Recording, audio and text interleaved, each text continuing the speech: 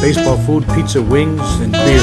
You know, you can bring your kids in, you know, they can play pool or play the video games, or they can sit with you and watch TV too, because you got TVs in every dining room. It's such a place that you can come in with your family and sit down. And again, it's family oriented because it's family owned. When you walk in here, it's like a TV show, Cheers. Everybody knows your name. And you can expect that from in here because everybody knows everybody else. After a short break, the Sideline Guys are back and back at SidelineGuys.McCorderNews.com. Brought to you as always by our good friends at Crystal Ristorante, 72 Lion Street here in Amsterdam.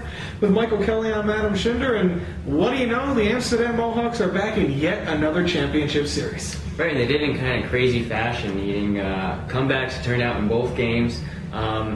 And really a crazy comeback in Game 1. You were there. You know, maybe could you talk a little bit and tell us what happened in that game? Yeah, I mean, just really an awful start. Brett Housel gives up 2 home runs in the first 2 innings. Solo homer to Ricky Claudio in the first, 2-run home run, a shot by Dan Klein, who hadn't hit a home run in the entire regular season. 3-0 out of the gate. They were facing Glens Falls starter Kayvon Baramzadeh, who was absolutely cruising. Only needed about 45 pitches to get through 5 one-hit innings. But then the 6th, 7th, 8th, 9th inning, the Glens Falls defense just started to fall apart. Claudio lost an easy pop-up in the lights, fell about 5 feet away from him, fell for a 2-run double for Jude Vadrine that got the Mohawks right on the board. Second tying run scored on a wild pitch, and then 2 errors gave the Mohawks the winning run in the top of the 9th inning, 4-3 win. A game where they really earned none of the runs that came to them. Just freebies after freebies after freebies. But as Brett Housel, who started that game and came back to really battle through 7 innings, said, sometimes you got to steal one, especially in the playoffs.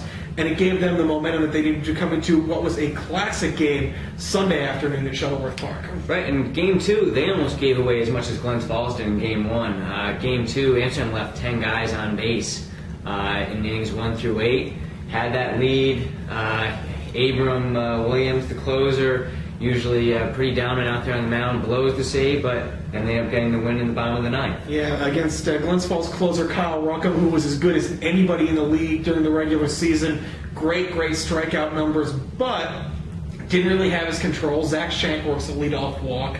An error on second baseman P.J. Leto, who came into the game when Ruckham moved from second base to the mound. That put runners on first and second. Luke Maley, ever the speedy one, with an infield single, loads the bases. Then Cody Ortman with a base hit. Shank scores the tying run. Vadrine thrown out at the plate. But then Matt Mack, who's had a lot of big hits over the last few weeks of the season, gets the first pitch from Ruckham, lines it into left center. Maley comes across to score, and somehow, once again, this team remains undefeated in 3 years under Keith Griffin in the playoffs. Now 7 series, 7 sweeps, 14-0. Right, and I think going back to this Game 2, the questionable decision was putting Ruckham into close in my eyes. He'd been their closer all year, had the great strikeout numbers, but he was actually the guy who in the 9th inning scored the tying run. And, I mean, he had to hurry out there to get warmed up in the bullpen. Probably didn't get his normal reps out there. And then, I mean, he came in and he couldn't find the strike zone. There was long counts on each batter, had a couple walks in there. You have to go to your closer in that situation, but it seemed like a questionable move. Yeah, John Mayotte, someone who, in talking to him through this season, the Glens Falls head coach, he has 1, tremendous faith in Ruckham, and 2, knows that he can get loose very quickly. But obviously, just after the emotional turnover of this game, just might not have been ready quick enough. And the Mohawks had seen him a few times this season, knew what to lay off of, knew he really was primarily a fastball pitcher. Worked good counts, and they were able to get into a position where they were able to score just their 2nd walk-off win of the year. Really been a big couple of days for this team, and now they head into a series with the Newark Pilots. Starts Tuesday night in Newark, first game in Newark. Next 2 games, games 2 and 3, Wednesday and Thursday, both at Shuttleworth Park. The Mohawks earn the right to pick the format of the series, and I really think they made the right choice. Well, talking to Coach Keith Griffin this morning, he thought that it was a mistake that they were allowed to pick that. He thinks that it's just a huge advantage to have games 2 and 3 at home. To him, that was a no-brainer to have both of the potential deciding games in the series at home. And he was already talking about they need to change this rule for next year because it's too big of an advantage. Yeah, it really should be just a 1-1-1 for the team with the best record, and that's really the only way to do it. But the Mohawks were able to get this advantage, and in doing that, they'll send Mark Leiter Jr. to the mound Tuesday night. Brett Housel will pitch either Game 2 or Game 3. The questions for this team game into who is the third pitcher they will use as a starter potentially. And this team keeps losing players. Cody Yorkman, now gone. DeMarcus Henderson, now gone. So this team is down to legitimately 8 position players and finding some pitcher who can be a designated hitter. Right, and I think that what we'll see is if they lose that Game 1 with Leiter, Housel will take them out for Game 2. If Leiter wins Game 1, maybe Game 2 you try to maybe go either with Nick Harper or Nick Polsinelli, or sorry, Ryan Harper or Nick Polsinelli. Try to steal a game that way if you can and have Housel in reserve. But no, that which pitcher is going to hit might be the best subplot in this series for the Mohawks. Talking to Griffin this morning, he wasn't sure who it was going to be. There are a few candidates, none though that he really loved because they're pitchers. Yeah, I mean, you look at it, there's maybe 3 legitimate candidates. Chuck Schlegel is one of the few pitchers on this team who has actually gotten at bat this season. Did drive in a run, and is at least someone that Keith Griffin has been able to use in spot situations as a pinch runner. Nick Polsinelli was a position player and a pitcher in college before an injury, and he decided to go just to the mound. And then the newest addition to the team, a guy who has not played at all with this team, he's listed as a pitcher, but Matt Gage from Broad Alban Perth, on his way to Siena, did hit .419 as a high school player this season.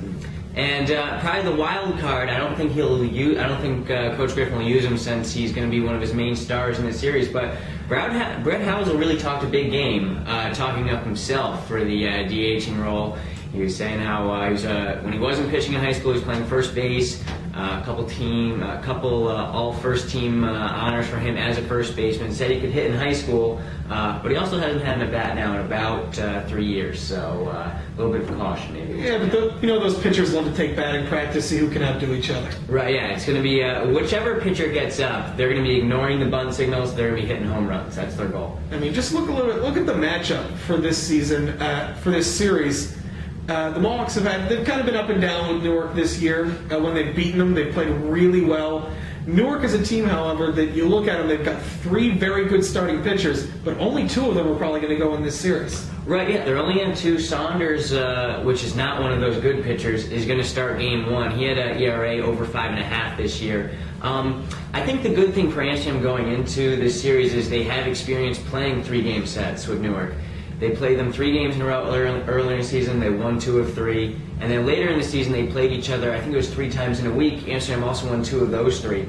So 4-2 on the year, and they had experience playing this team kind of in a back-to-back situation. And you have to look at that Game 1 matchup with Mike Saunders against Mark Leiter. And Leiter, back half of this season, really from the start of July on, ever since he took a late June loss to Newark, ever since then, he might be the best pitcher in the league.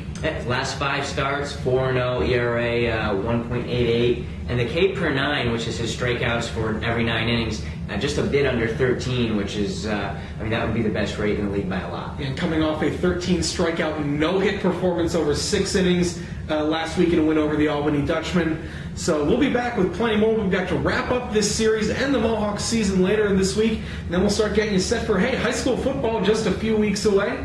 But until then, for Michael, I'm Adam. We're the Sideline Guys, and we'll see you next time at SidelineGuys.recordernews.com.